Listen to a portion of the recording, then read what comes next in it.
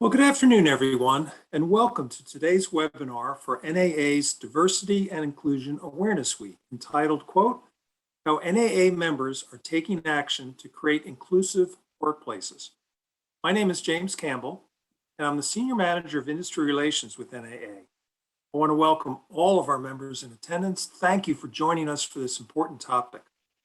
Before we get started, I want to go over a few housekeeping points. First, this webinar is being recorded and will be posted to our website and YouTube channel next week. You may then share this webinar with those colleagues and friends who are unable to attend at present. Next, this webinar is an open discussion where you are encouraged to ask questions throughout. Simply type your questions into the Q&A or chat boxes at the bottom of your screen, and then we will share them aloud with our speakers.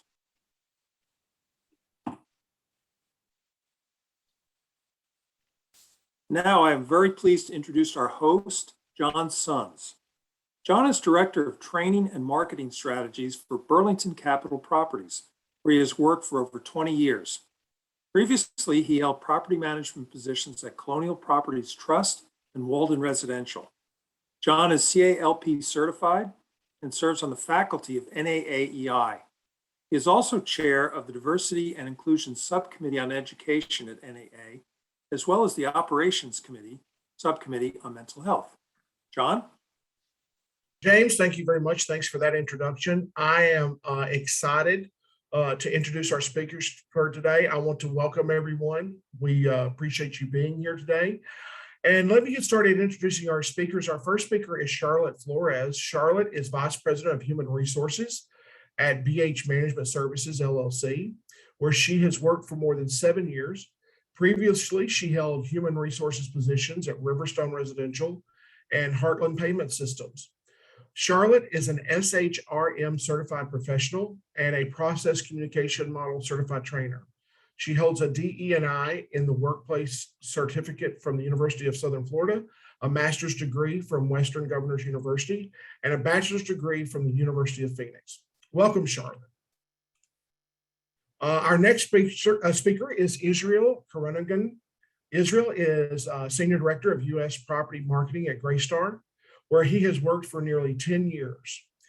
He is a founding member of the NAA Diversity and Inclusion Task Force and a current member of the D&I Committee. He is also part of the DE&I working group at Graystar that set the framework for the company's diversity and belonging initiatives. Welcome, Israel. Our next speaker is Stephen Fretwell. Stephen is Vice President of Learning and Leadership at Mizuto, where he has worked for nearly 10 years. Previously, he held positions in learning and development at Marriott International. Stephen holds a DE&I in the workplace certificate from the University of Southern Florida and a bachelor's degree from the University of Tennessee, Knoxville. Stephen has been a longtime champion of diversity, inclusion, and belonging efforts through education and organizational initiatives and in his role with Mizuto. As he expresses, it just organically happened. Welcome, Stephen. And our next speaker is Dana Duckworth. Dana is DEI and Social Impact Specialist at Zumper. Previously, she held property management positions at Damon Residential and the Lawson Companies. Dana has also worked as a supplier partner for ForRent.com and Zumper. She is a current member of the 2021 NAA Diversity Leadership Program and recently returned to Norfolk State University, where she will complete her bachelor's degree. Dana's role in founding the Black Lives Matter Employee Resource Group at Zumper jump-started her DEI career, allowing her to support the efforts of her company. And we'd like to welcome Dana. So again, welcome to all of our speakers. Thank you for being here today. Thank you for all of our NAA members for being here today. Now we're going to open our discussion with all of our speakers, and they're going to be answering some questions. And we've got some different topics here and some different questions that we're going to be asking. And the first one is how these industry leaders created frameworks for diverse and inclusive workforces. So we're going to get started. We're going to ask Dana and Charlotte here, how are you engaging in your employees to embrace the culture of inclusive workplace. And Dana, if you could get us started. Sure, absolutely. Thanks so much, John. So from day one, when a new roomie, that's what we call ourselves here at Zimper, from day one, when they join the company, they're automatically immersed in our company values. Their first days are spent in sessions about our company culture, followed by an information session on our ERGs and our nonprofit partnerships. Every employee receives DEI training that focuses on bringing your most authentic selves to work, and creating a sense of belonging, not just for yourself, but for the others that you work with. As far as activities, I always think back to, like, 2020 was really the great awakening. And that year caused everyone to pause, from leadership to employees, and really take notice. So we found ourselves really in a space where we needed to tackle some tough topics like social injustice, police brutality, the pandemic, and mental health. We can no longer really turn a blind eye to those subjects. And this is where the favorite part of my company comes into play for me. Our employee resource groups, we call ERGs, are really the heart and soul of Zimper's inclusive movement.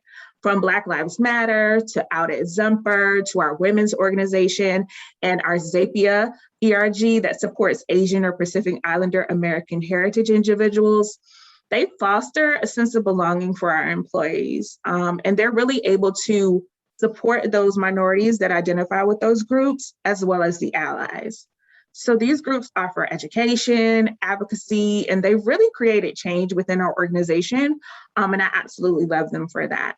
So just to name a few of the activities that these amazing groups of individuals and really culture champions have done for us, they've done a cabaret that supported Equity Fights AIDS. We've supported Black Business Month by providing gift cards to go out and shop Black businesses, Black-owned restaurants. We've done a underrepresented minority internship program with college students to give them real-world experience. And everything that we do, it's not just a leadership thing or an HR thing. It's really about the culture champions within our organization driving this engagement for us. Great.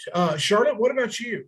Yeah, and so similar to what Dana said, the last year and a half really did force us to take a look at lots of things, right? And to try to keep from having just this being a check the box and we're going to just focus on a couple of things or training specifically.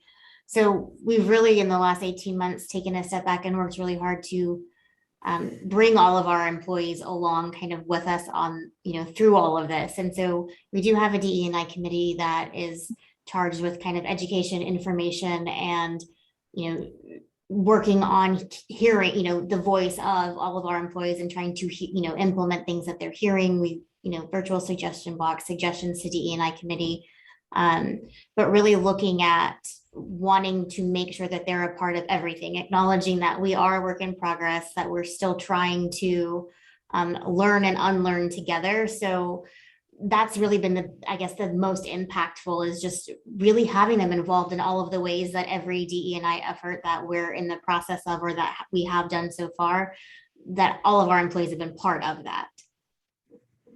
So it sounds like communication is key to the whole process. That's what I'm hearing. So Israel, I'm wondering, do you have a D&I working group or breakout group to help foster greater change with your company? Sure, if you can go to that slide.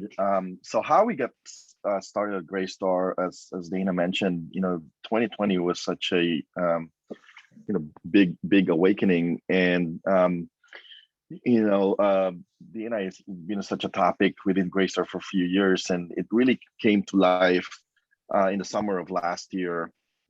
And this is such a big topic to tackle. So the way we approached it is we started with literally what's called a small working group. It's a group of 9 people that represents different parts of the company, and it's headed by the head of our HR, and we were tapped to participate in this small working group. And the very first task that we did as a working group, I was fortunate to be part of that working group, is to create this DEI framework, which is what you're seeing in the screen right now, and put it into these 5 buckets that we identified. because again, it's such a big, big topic that we felt like we have to break this into smaller chunks, and these 5 categories, really made sense for us. So, one of the framework categories is talent, and this is how we can create opportunities for, our Graystar team members to contribute to our DEI efforts. And then awareness is how we're, as a marketing person, for example, this is a big thing for me, how we're able to communicate these DEI initiatives to our team members. Giving back, Graystar in the past and present is very much involved with St. Jude, for example, and Wounded Warriors, but we want to be able to, expand that to include, kind of more social justice causes, and how we can give back in that category. And then ecosystem is really the larger industry that we belong in, NAA included, right? Not just Graystar, but how we interact with the apartments industry, residents, contractors, partners, you name it. And then underlaid with all of that is the foundations, really, which is what impacts this 4 categories. So we started with that framework. Speaking of framework, with this 9 people in this small working group, and then what came out of that, if you change to the next slide, please, is this regional resource groups and functional resource groups. So this is the grassroots level groups that exist today. So out of the small working group, we were able to create this foundational items that included DEI resource groups within the various regions all over the country, and even internationally. We have an international presence. So that exists today, and it's because of this working group that set the foundation for all of this. So the recommendation I would make is, if you want to start small and really build it that way, as opposed to tackling this big topic, and you can tend to get lost in the shuffle, so to speak. So starting small helps to lead to something much larger on a larger scale. For sure. Thank you. Yeah, and I love those 5 buckets that you started out with, the visual and just the way that you communicated that. So I'm wondering, Stephen, have you empowered your employees to have conversations around D&I? And if so, how have you done that? Yeah, I think that's where we're really focusing, is on inclusive leadership. So our overall umbrella campaign, so to speak, is belonging at Mizuto, and that it starts with each of us. We feel that you can't, as a company, solve everything. As a country, you can't solve everything. But if we start at home and we start to build inclusive leaders that can actually have those discussions, that we will be more successful to impact those around us. So if you can move to the next slide, please. That will show that really belonging at Mizuto includes diversity, equity, inclusion, and what we're calling belonging. We each year do a belonging study through Glint. So we do a survey so that we're making sure that we are hearing from our associates. But what we created was an inclusive leadership training. Actually, I just got off that training just a minute ago. If you could go to the next slide there. That is the biggest lift that we're currently doing right now, is really looking overall at how we can be inclusive to give our people the skills necessary to have those discussions. I think we can all say that 2020 was a crazy year. And with George Floyd and all of the social injustice that was happening, what we found is that our employees were having a hard time. And we had originally started with, from a learning perspective, called Courageous Conversations. And it was really a community forum where people can come and they could talk about how they feel. But what we found quickly through our surveys were, what is next? So we expanded some of our strategies to include the power to participate. And that's through our ERGs, the power of trust, which is building trust and being as transparent as possible. Even in our learnings, in our reporting out, in our trainings, we talk about those things where people do not feel that things are just, where unconscious bias could happen, and where we can move, what we can do with unconscious bias to hopefully move to unconscious inclusion. And then the power of knowledge. So we use our learning management system, which we call Connect, but it's through Cornerstone, about where we can have a place where people can go, they can have discussions. We have a library, all of those things, so that we're able to allow people to reach the resources that are important for them to not only expand their knowledge set, but also have those conversations. What we found is that sometimes just talking is the biggest impact that you can have in knowing how to have those discussions. So again, another great visual. I just love that. So, you're talking about some of the resources that you had. What types of resources are available to your employees? Do you have toolkits? Are there designated folks within your organization? Can you explain that to us just a little bit? Yes. Well, of course, you can see all of our little, under the power of trust there, we have all of our employee resource groups, which we have 7 now. And we have regional area chapters that are also involved. When we first started, we had them at corporate. We've expanded those, so everybody's a part of those. We have the lending library that talks about how people can get bigger or they can research things. I would like to say we have people that are in but it's not a defined committee. The one thing that I think that I actually am very impressed. We were talking at one time with my chief administrative officer, Julie Smith, and in talking about who is going to be responsible for this, she's like, everybody should be responsible for this. So we have a smaller group that actually drive things from our corporate PR, from Rise at Mizuto, all of those things that we do about giving back. We have a smaller group, but everybody has the responsibility to lead and to be inclusive, even down to how we do our interviews. With certain positions, we actually have review from a diverse background of people so that they're reviewed appropriately, so that we look at how we can help people get to where they need to be. As I'm sure everybody on the call here can attest that in some cases your numbers of diversity may look good, but they may not be in the right place. So our goal, and we've tasked those people to help us get those people to the right place and the right levels. Sometimes when you talk about you may have the diversity, but you may be lacking in the inclusiveness.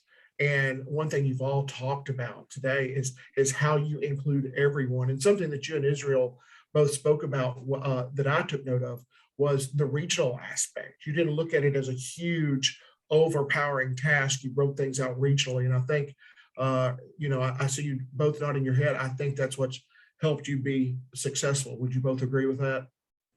Was the regional component? Go ahead. Go ahead, Stephen. No, I was just going to say, I'm not going to say that we're successful yet. It's a journey and we are trying our best. And so the goal is every day we get a little bit better because we've got a lot of work to do. Yeah, and Israel, you were going to say, what were you going to say? Yeah, for Graystar, we really want the DEI efforts to be driven by our team members, right? All the way down to the regional, local levels. And so that's really what we're striving for. And now we have them all over the country and international as well. And I actually participate because I'm based here in the Northeast. So I participate in the Northeast regional DI group, and the work that is being done on those local level is really what makes DI alive, for Graystar. So that's really is a big deal for us. Cool. All right. Well, let's move to our next topic, and we want to talk about how diversity and inclusion may drive your business models. And I want to start out by asking the question: how is your organization engaging recruiting to create a diverse workforce? And Charlotte, could you speak to that point for us? Sure. So I think that's like Stephen said, your journey, right? We're a work in progress. Like it's not going to happen overnight, and it's going to be kind of an ongoing thing. So one of the things and I'm sure everybody on this call has experienced or is aware, but a lot of your talent acquisition practices are, they're full of systemic barriers that make that, inclusion and those inclusive practices difficult. It's roadblocks to just about everything. And so one of the things on the recruiting side is looking at what other groups are you partnering with specifically for where you're advertising your open jobs, and are you looking at women in that code, or other organizations that you can partner with. We partnered with Project Destin that for internships or other things like that, just to get your company brand out there so that you're drawing talent from diverse talent pools. Another thing is just looking at how we are advertising our jobs, what our job descriptions, what our job ads say. Is the language that you're using overly masculine or overly feminine? Is it unintentionally, discouraging women from applying? I can't believe it was either a LinkedIn or a Glassdoor article that I read that most women are not going to apply for a job unless they meet all of the qualifications 100%, whereas men don't necessarily go that. And I think it's like 60% for them to apply, or using words like ninja or rock star that are going to, unintentionally, you're trying to be cool and trendy, but unintentionally excluding people from applying to those jobs. So just looking at some of those practices from a recruiting standpoint has been really helpful.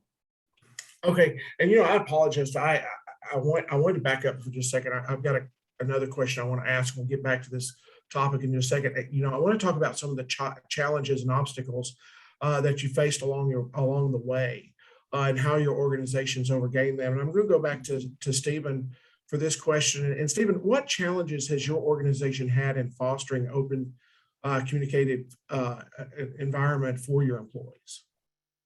Well, I think our biggest challenge was getting feedback from surveys to our staff quickly, and being able to digest that and get it out. We learned early on with our challenging conversations that we talked a lot and we got together, but there wasn't enough, I'm going to say, action.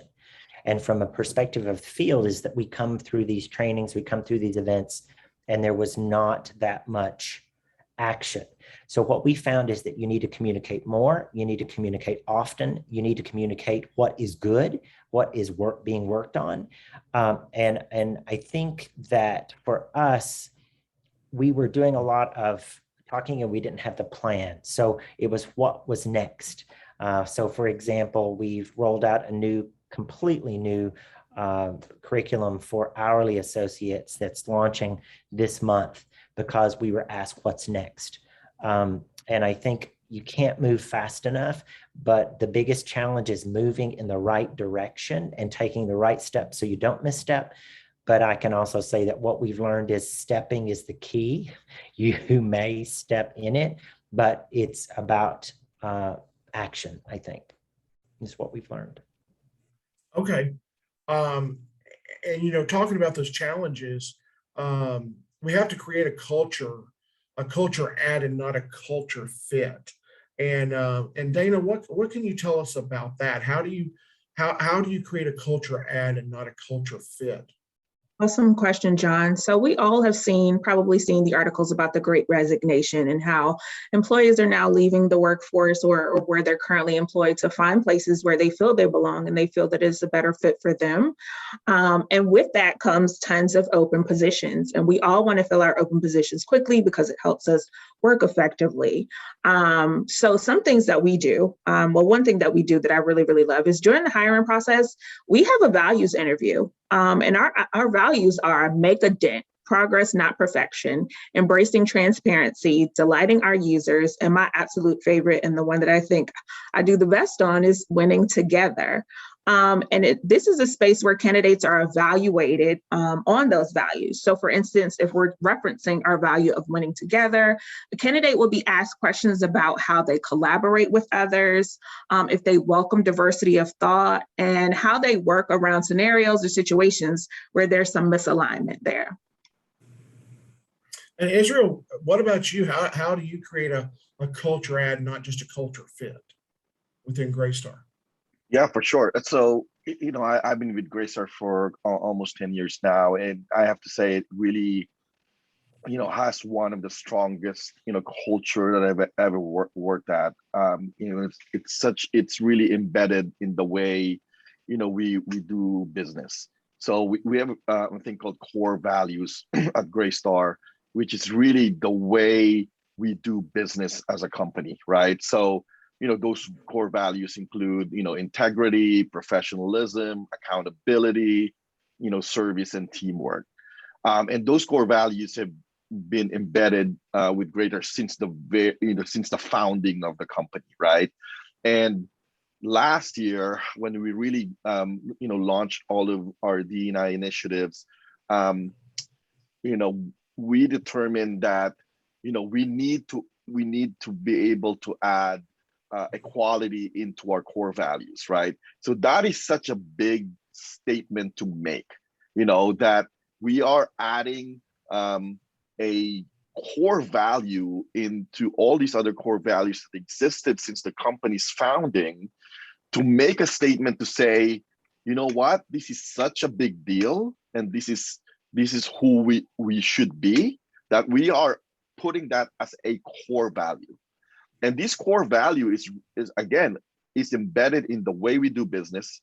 This impacts everything that we do at Graystar, even on our personal, performance goals, for example, this is what drives us. So, with Graystar saying this is such an important topic that we will put it in stone, and let's put equality into our core values. Right, and you were talking about the recruiting, and we're going to move on. We're going to go back to the how diversity and inclusion drives your business models. And Charlotte spoke a while ago about the onboarding process, and some of you have spoken about that. As we move along, we think about it further in the business model. I'm wondering if you have tangible goals within your organization surrounding diversity and inclusion. And Charlotte, I know you talked about some of the onboarding earlier. What about tangible goals? Do you have some within your organization as it relates to D&I?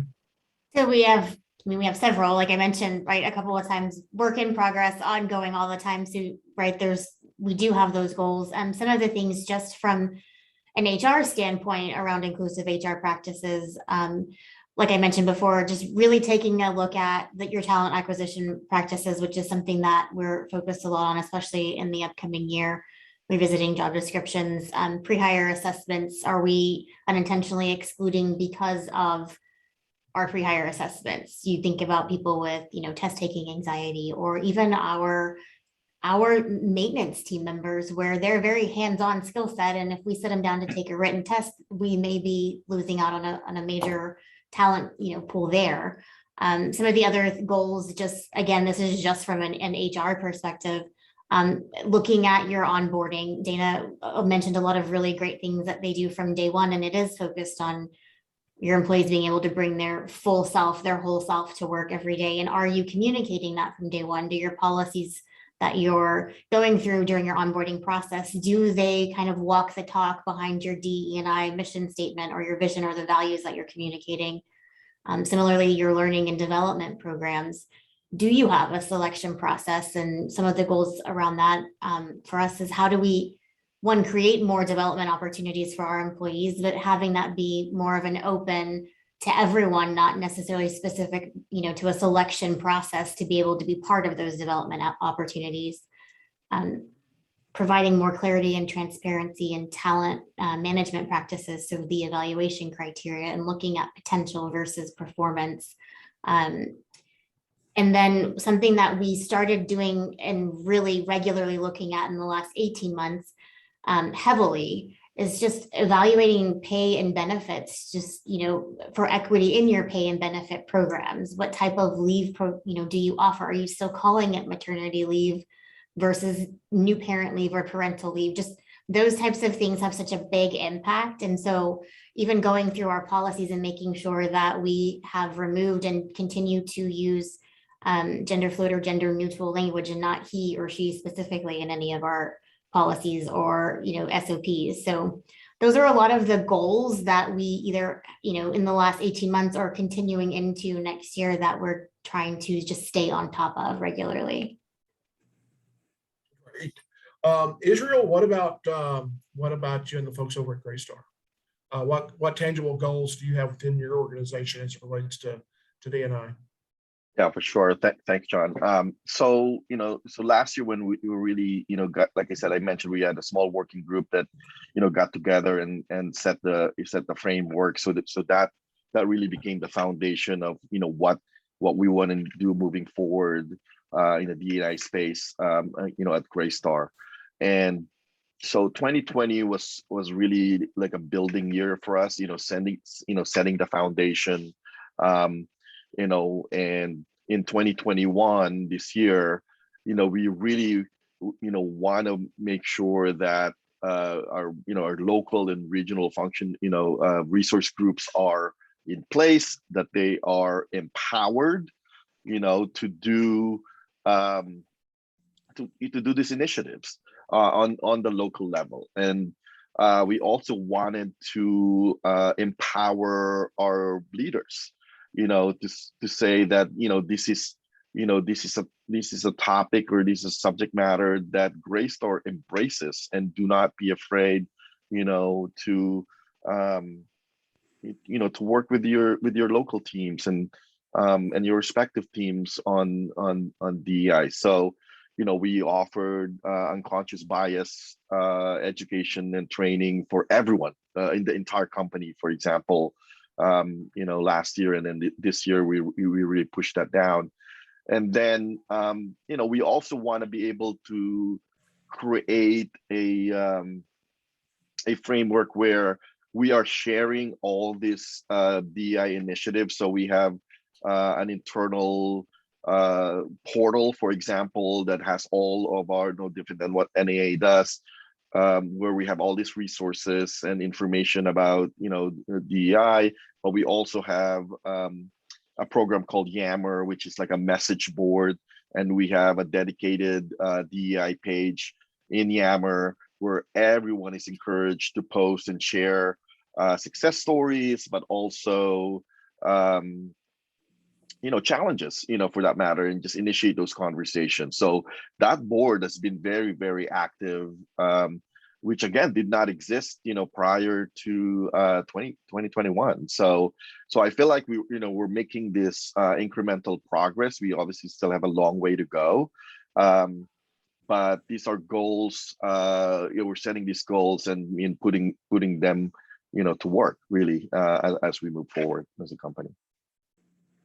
You're talking about leadership, and we're talking about the goals that a company may have as it relates to their business model. And I'm all about a learning path and learning paths for leadership. And I'm wondering, Stephen, do you have a leadership path that's cultivating a diverse and inclusive culture to be more competitive in the job market? Yes, and actually, I'm going to talk a lot about what Charlotte talked about. I think she's got all of her HR practices are fantastic, but the talent management practices, I think over the last 2 years, what we've tried to do is define the career path. And what we found is that we needed to look at how we were choosing people, but also how we were growing them. So when you look at leadership, we've redefined the career path for each position. We've redefined what it takes to get to the next position. We have soft skills training, and we also have regular functional training, I'll call it. That would be how the nuts and bolts and the clicks.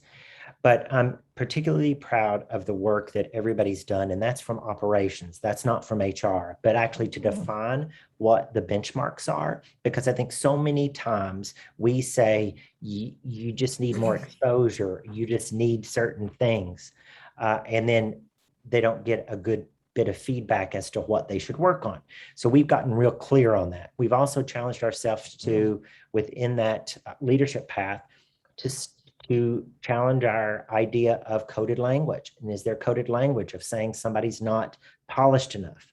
So we've taken those out of that. Then we have 2 leadership programs. One is a lower level first leadership program that is about soft skills coming together about managing in the Mizuto way, and then we have a more senior level. But we offer that to anybody. But I think where we are putting our emphasis is on really defining what success looks like at Mizuto, how people can get there, and doing that through mentorship programs, sponsorship, and advocates. Great. As I've listened to you all speak today, you've been very inclusive with all levels of your organization. And that's the next topic we want to go to, is the need for ongoing commitment from all levels of the organization. And Israel, how has your leadership demonstrated the commitment to continuing a culture of D&I there at Graystar? Yes, and this is really a big thing.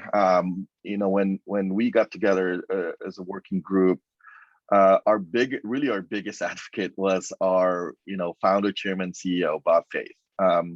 He in fact were in those early calls with us because he wanted to let us know that that we have his full support. That any roadblocks that we potentially may experience, that he is there to clear it for us. And that is such a big deal, to have the very top person in your company say that and believe in the cause, so to speak, right? Because we all obviously all look up to Bob, and he's the leader of our company, and what he says and does means a great deal to a lot of people at Graystar.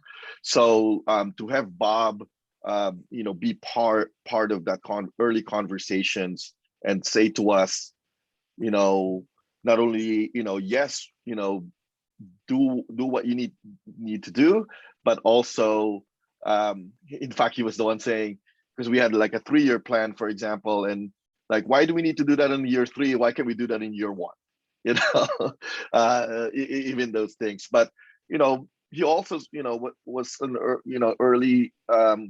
He signed up for the CEO Action for Diversity and Inclusion, which is a lot of CEOs, not just in this industry, but the other industries have signed up for, and they have not only a pledge to do certain things, but they they're obligated to report on the progress that they're doing with diversity. So Bob didn't hesitate at all to to sign that CEO in Action pledge, and so again, my recommendation is, if the company is starting their own D&I initiatives, is to really get that buy-in from that head person, because everything else really is made easier, but with that buy-in. And at Graystar, Bob was the one who's like, let's do it. We need to do the right thing. This is part of Graystar's DNA. Like I mentioned, we put that in our core value to really make a statement, and then all these action items that we wanted to do, he was really super supportive of that, and that just trickled down to our leadership team to say, hey, Bob is behind this, don't be scared, don't be scared to do stuff. So that's how we approach it, and it worked out really well for us. So would it be fair to say, when Bob embraced it like that, and the trickle down, would you say that creates a trickle down both level of trust and motivation to get everybody inspired to be part of D&I in the organization? No question about it. Like you said, Bob is obviously a big presence in our company, no different than any other company, and whatever he says or sends out in terms of communication, we pay attention to that. And so when he, for example, he's done, we have this thing called Bob TV, which is like his town hall virtual meeting to the entire company. Anybody can join in on Bob TV. So he made sure he had a dedicated Bob TV episode just on DEI, for example, because again, he really wanted to talk about that to the entire company. And then he he would send these, monthly emails on if it's Pride Month or, Women's Month, just to make sure that, everyone is aware of what Graystar is doing in those efforts. That's great. It's important for it to come from the top down. What about you, Dana? What about in your organization? How's your leadership demonstrated the commitment to continuing the culture of D&I? So similar to Israel, with Bob, our CEO, Anthemos, is the executive sponsor for our Black Lives Matter at Zumper ERG. We really wouldn't be where we are today without his open support of our DEI initiatives, both internally and on social media. So having advocacy from the executive team has been critical for all of the progress that we've made so far. And not just the Black Lives Matter ERG, but every ERG here at Zumper has an executive sponsor who's really invested in the success and the missions and the goals of that ERG. But more importantly, our leadership shows up. So during our member meetings, we have member meetings every month for our different ERGs, where we cover really sensitive topics. We create safe spaces. We're having events and celebrations. You will often find our CMO visible there on camera, so can get all up. Our VP of People Ops is very vocal when joining our meetings and sharing her support and appreciation for the spaces that we've created. Our CGO, just a few weeks ago, jumped in when all the board members for our Out at Zumper, which is our LGBTQIA+ community, they were tied up in meetings, and he led a discussion on bisexual awareness. So we have witnessed some truly amazing acts of support within our organization. Not just that, though, our support for D&I goes much further than just our employees. It's exhibited through our product. So we have LGBTQIA+ protections built into our listings on Zumper. We have blind ID for small landlords to ensure that the only thing being evaluated during the application process is the prospective renter's ability to meet that rental criteria. We are truly fortunate here to have such invested leadership.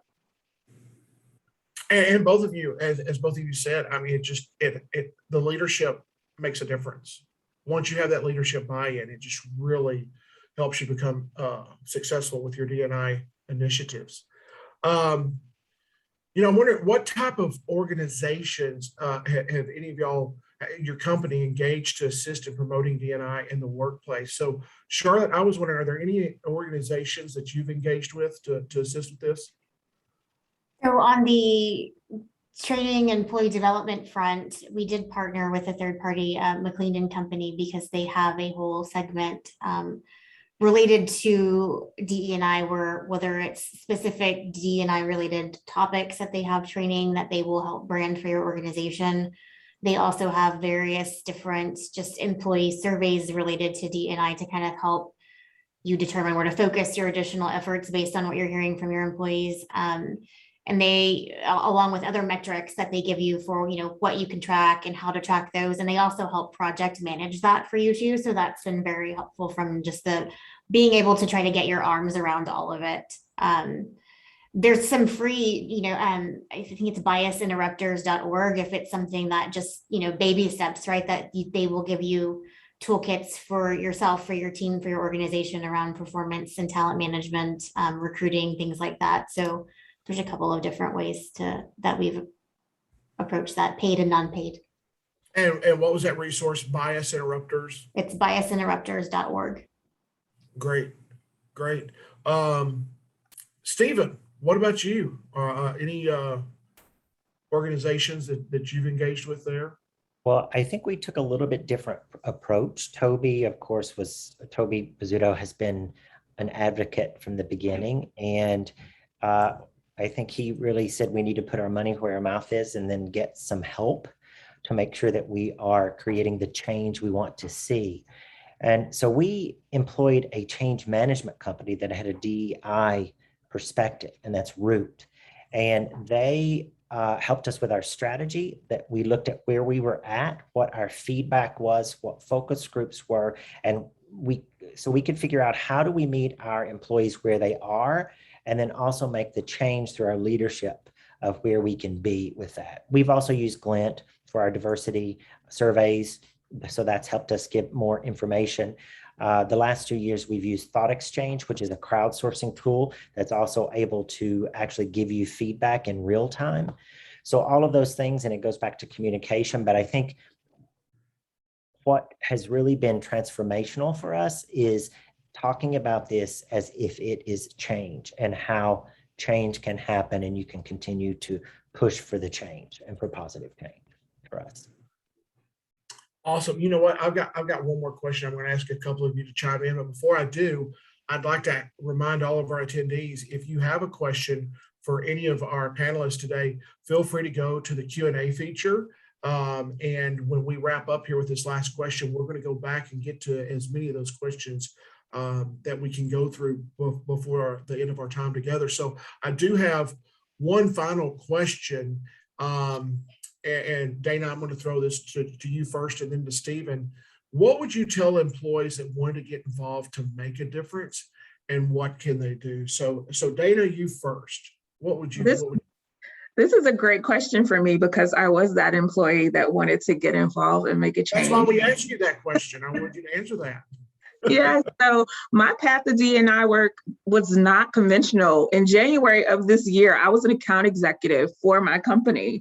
But my passion for DEI progressed so much that it started to outperform my profession. I would say to those employees with a passion for this work, diversity, equity, and inclusion, share those ideas with your leadership, build on those ideas, find other culture champions within your organizations and advocates to join you, and then repeat that process because your first idea may not be the one that breaks through. You also need to educate yourselves. So most of what I know was either self-taught or experience-based. So I sought out courses and readings and webinars just like this one that you all are attending today to really educate myself on some things in regards to DE&I, including unconscious bias and challenging norms and giving and both receiving feedback. And to leadership, I would say you have some people within your organizations, like myself, that believe so deeply in the values and mission of your company. So seek them out, ask their opinions, listen to their ideas, and support their efforts. I'll leave you all with this story. I recall in one of our earlier board meetings with the Black Lives Matter at Zumper ERG, where myself and another board member, Christine, said to our CEO, "We want to see more Black people and people of color in general." And his response was great. So how do we make it happen? So I say that to say it's not enough to just ask for change within your organization. Be prepared with some solutions to create it as well. And Stephen, what would you say? Okay. What would you tell employees? I don't think I could top that. That's excellent advice. However, it actually gives me energy to hear Dana talk about that. And I'm passionate about this because we have our facilitators that actually come into our trainings that are volunteers from the field. But I would just echo what Dana said is there's ways to get involved. It's feedback, it's taking the time out of the day, which might be 5 to 6 to help facilitate a training, to have a discussion, and please don't be quiet. And I know that in the past, in my past companies, you weren't supposed to speak up and you were not supposed to give solutions or recommendations. But I think everybody wants to hear it now. And if you're not at a company that wants to hear it, maybe you're not at the right company. But I know for us, we want to hear the voices from the field and how to make things better. And Dana brings up a perfect point about come with solutions, because I think there's a lot of problems that we'll not be able to solve. But if we come with solutions and everybody bands together, we can make a difference. And the more people that get involved, the more comfortable it is. I have to be transparent. I'm hosting this today. I'm actually at the Florida Apartment Association Trade Show and Conference. So I'm actually in my hotel room, but I have to share with you the number of companies that are here with T-shirts on. Israel, Graystar is one of them. They have T-shirts touting their diversity and inclusion programs here at the conference. So that's really, I found that to be very interesting and fitting time-wise for me here on this webinar today. So we're going to get to some of your questions here. We're going to do some Q&A, and I'm just going to start reading them and get through as many as we can. How do you push folks to move beyond just placing items in a core value, or how can leaders push themselves? I have found leadership makes core values, even sometimes gathering feedback to create those values, but often nothing happens beyond that. What's one action item a leader could feasibly do in one day, and what's one longer term action item they could plan? So, panelists, who wants to go? Who wants to take that and run with it? Give one action item for today. And this is something that we did at the very beginning of the starting of our ERG. We evaluated what our website looked like. And within that day, our CSO went and changed it to make sure that it defined what Zumper looks like internally. So we increased the diversity right there. And that was a great first step for us and an easy one to get done. Anybody Yep. want to add anything to that? Israel? For us, as with any other company, we have business plans, right? And you plan for the next year and the year after that, and a 5-year plan and what have you. So we really empowered our leadership teams to include that in their business plans. What is your region going to do? What is your team going to do? What is your group going to do as it relates to DEI? That is part of your business plan, right?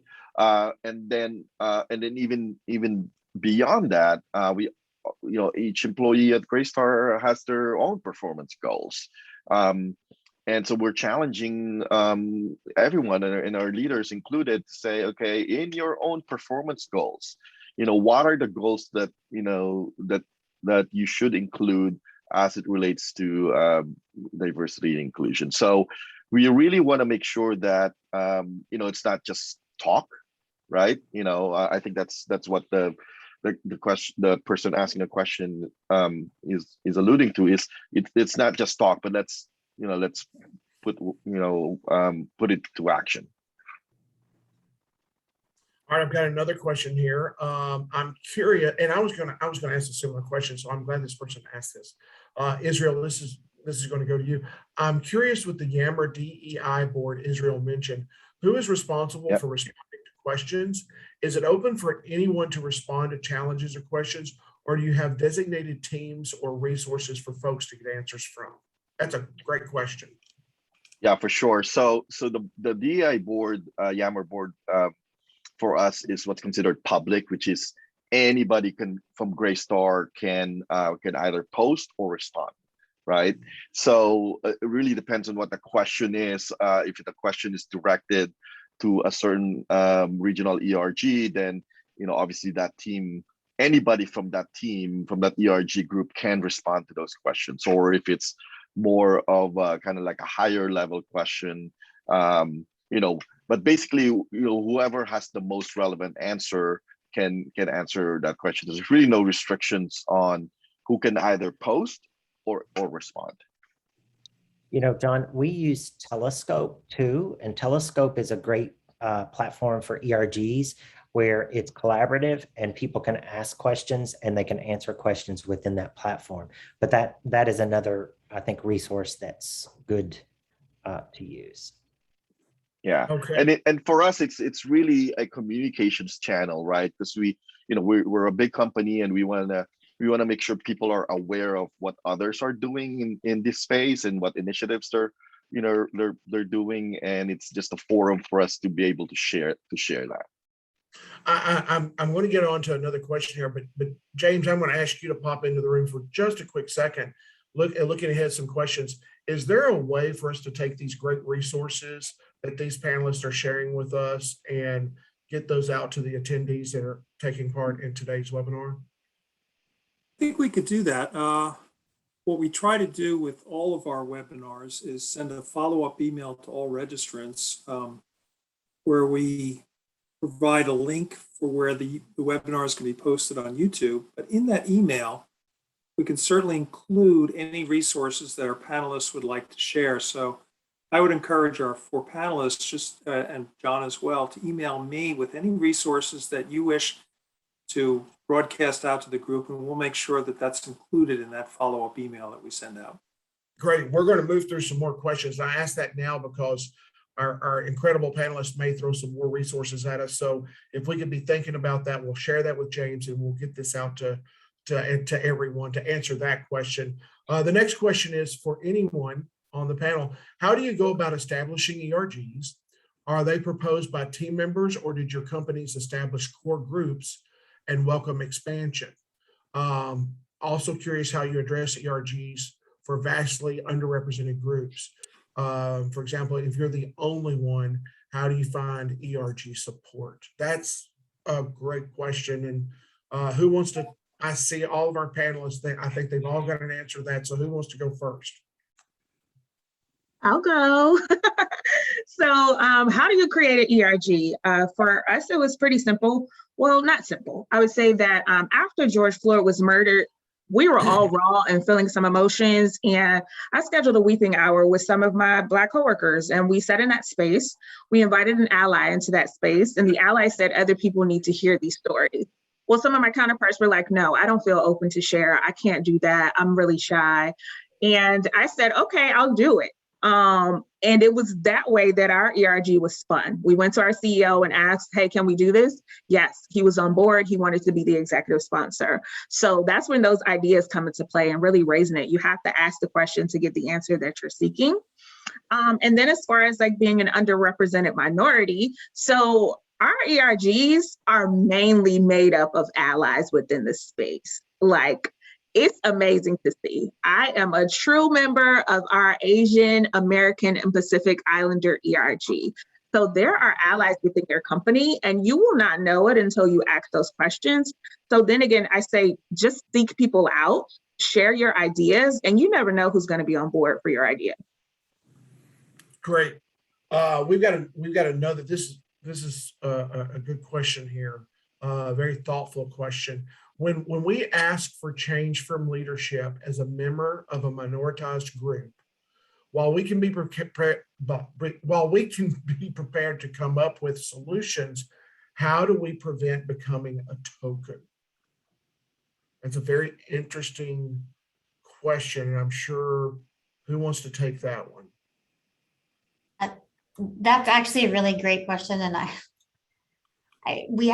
was in a different meeting a couple of weeks ago where there was the topic of DE&I in the workplace, and the individual that was giving the presentation mentioned something along these lines, made it very clear that she volunteered to be part of that, so that it wasn't, one of the minorities at her company speaking on DE&I. And I think that's part of the conversation is when you raise that concern, or when you're having that conversation with leadership, is that something that you want to be actively involved with? Are you bringing the suggestion or proposing the solution and wanting somebody else to run with it? I think it's kind of more of that. I try to ask, is this something that you want to be part of, or are you just wanting us to kind of run with it and, working with you kind of behind the scenes, because you don't want to give that impression. It's one of those where the conversation gets uncomfortable sometimes, or it's a little bit not sure how to navigate that. But I think you just have to ask when they're bringing that to you. James, I'm going to come back to you just real quick. I know we're coming up on time, but we've still got a few more really good questions. Are you and the panelists okay if we go just a couple of minutes beyond our time? Is everybody good with that? Because these are great questions, very engaging, and we appreciate that from all of you that are participating. So the next question, Israel, this is going to go to you because it is a question as it relates to Graystar. Is Graystar planning on implementing any required company-wide training for diversity and inclusion? I remember that there was one call regarding unconscious bias that required all team members to attend, but I believe most people just push that under the rug and don't think too much about it anymore. I would really love to see some additional required content company-wide to spread this helpful information. Yeah, the short answer is yes. Those training are available. I would, and again, it's anonymous, so I can tell who it is, but I would push back a little bit on the comment that most people just push that under the rug, because we obviously were able to track how many people took that unconscious bias training, and it was a lot of team members, so that we felt really good about that. And yeah, so yeah, the short answer is yes. Keep going. Good. Charlotte, I believe you've answered this next question I'm going to ask, but I'm going to ask it so we can discuss it as a group. Are there any educational resources for management and hourly employees that you would recommend for a smaller organization? Trainings, unconscious bias test, resources, et cetera. And again, before any of y'all answer, we're going to take these and we're going to send those out. But what resources would y'all share other than the ones that you've already shared today? I would say, like Charlotte, I just enrolled in the University of South Florida's diversity program. It's module based. You can sign up. You can ask for the credential if you want to. You'll have to pay a fee, but if not, you can get that content for free and start to educate yourself. Also, another platform that I use is Coursera. They have some amazing courses as well. LinkedIn Learning is also available to you. YouTube, watching TED Talks from Verna Myers. Like, these are the things that are available to you to educate yourselves and each other, and then use your resources. Like, we're creating networks here. So you see all these people on this panel, they're engaged and actively working on this work. Follow them on LinkedIn, get to know them, reach out with questions, and start building other champions outside of your organization that could really help you facilitate some of those things. And could you repeat that? Oh, go ahead, Israel. Go ahead. No, yeah, I just would selfishly include the NAA DI resource page, because I know as a member of the DI committee, I know we put a lot of work into that. So I would add that in there. And Dana, could you repeat that USF course? I know I enrolled too late, so I missed out on it, but could you repeat that? The University of South Florida's diversity, I can't remember, but it's the only one. I'll make sure that I certificate. Yes. Yeah. DI certificate. Diversity, equity, inclusion in the workplace certificate. Yes, our friend Kara is in the room, and she was so nice as to type that message for us. So thank you.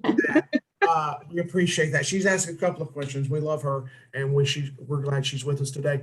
Another question: how important do you feel that your property management software offers bilingual communication for both leasing and maintenance? Anybody want to take that? Those are turning. You know, I think that's challenging. I think sometimes technology is a great thing, and sometimes it is an inhibitor. So, you know, sometimes it can't be dual language. So you have to actually have some education around that. We had the same problem that we had with that in our property management company when I was in hotels. So what we would do is offer English for Spanish speakers or English for whomever, so that they were able to do it through hospitality. So it was done through an education lens, because we couldn't get the software providers to provide at a cost that we could afford those types of that type of functionality. But I'm going to go on the other side now and say, I think it's very important. I think being inclusive for somebody who's differently abled, who speaks another language, is really important for them to have the same opportunities as others. Great. I think I hopefully have seen all the questions. I've been monitoring the Q&A and the chat. If any of our panelists or James, you see that I've missed a question, let me know as I wrap up my comments. Hannah has placed in the chat feature one of the most recent messages. If you want to go back, she has shared another resource that is a company that focuses on unconscious bias training. So I'll give everybody a second to go, before we wrap up, to go into the chat feature, back up to, Hannah actually only just sent that to the host and panelist. Am I reading that correctly? Hopefully paradigm.com, is that what it is?